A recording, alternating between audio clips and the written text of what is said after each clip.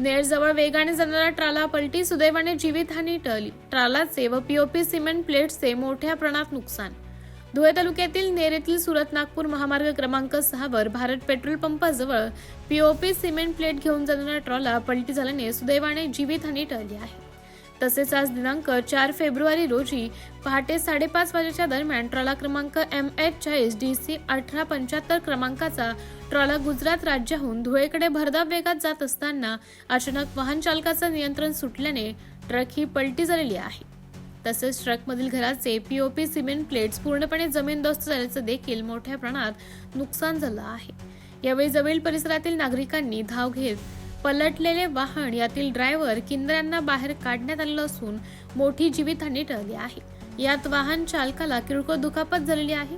यावेळी नेर ओपीचे पोलीस कर्मचारी घटनास्थळी दाखल झाले असून अपघाताचा गुन्हा दाखल करण्यात आलेला आहे.